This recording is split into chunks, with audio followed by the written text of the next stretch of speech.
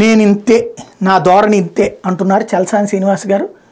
నేను అట్లాగే దేవుళ్ళ మధ్య చిచ్చు పెడతాను, రాష్ట్రాల మధ్య చిచ్చు పెడతాను, ప్రాంతాల మధ్య చిచ్చు పెడతాను, వర్గాల మధ్య చిచ్చు పెడతాను.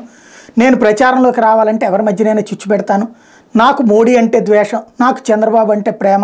చంద్రబాబుని ప్రేమించే వాళ్ళందరూ మోడీని ద్వేషించాలి. నేను ద్వేషిస్తున్నాను కాబట్టి ప్రపంచం అంతా ద్వేషించాలి. ఎందుకంటే నేను ప్రకటించుకున్న మేధావిని, నేను మేధావిని అన్నాను కాబట్టి మీరు మేధావిగా గుర్తించాలి. అలా గుర్తించకపోతే నేను దేవుణ్ణైనా సరే ఊరుకోను, దేవుణ్ణైనా సరే దగా చేస్తాను, దేవుణ్ణైనా సరే దూషిస్తాను, దేవుళ్ళ మధ్యను కూడా తగవ పెడతాను అని చెప్పేటువంటి దానికి తాజాగా ఆయన పెట్టుకొచ్చినటువంటిది.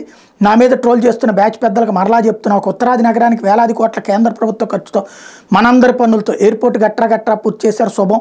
1000 రైళ్లు అక్కడికి మళ్ళిస్తూ ఇక్కడ అనేక ప్యాసింజర్ రైళ్లు రద్దు. ఆ ఉత్తర భారతాన ఆ సిటీలో 15,000 కోట్లతో ఇంకొన్ని అభివృద్ధి పనులకు కేంద్ర ప్రభుత్వం రేపు శంకుస్థాపన అంట.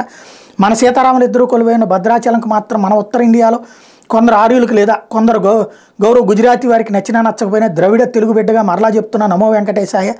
ప్రత్యేక హోదా విభజన హామీల అమలుకి తిరుపతిలో హామీ ఇచ్చి నమ్మక ద్రోహం చేసింది ఎవరు? అట్లాంటిది ప్రత్యేక హోదా ప్యాకేజ్ అన్న చెప్పినటువంటి మన్మోహన్ సింగ్ది లేదు హోదానే అన్నాడని, అట్లాగే బహిరంగ సభలో తిరుపతిలో హోదా ప్యాకేజ్ అని చెప్పినటువంటి దాన్ని తెలుగులో ట్రాన్స్లేషన్లోకి వచ్చేటప్పటికి హోదా ఇస్తానన్నారని ఇక్కడ వెంకయ్యనాయుడు చెప్పినటువంటి దాన్ని ఎలా అయితే మోసం చేస్తారో అదే తరహాలో ఇక్కడ నేను ఇట్లాగే పెడతానంటారు, ఇట్లాగే చేస్తానంటారు. కాకపోతే ఈయనలాంటి వాళ్ళు సమాజాన్ని అస్తవ్యస్తం చేయడంలో, సమాజాన్ని నాశనం చేసేటువంటి విషయంలో మాత్రం సిద్ధహస్తులైనటువంటి వాళ్ళు ఎంతవరకు సమాజం అర్థం చేసుకుంటుందో చూద్దాం.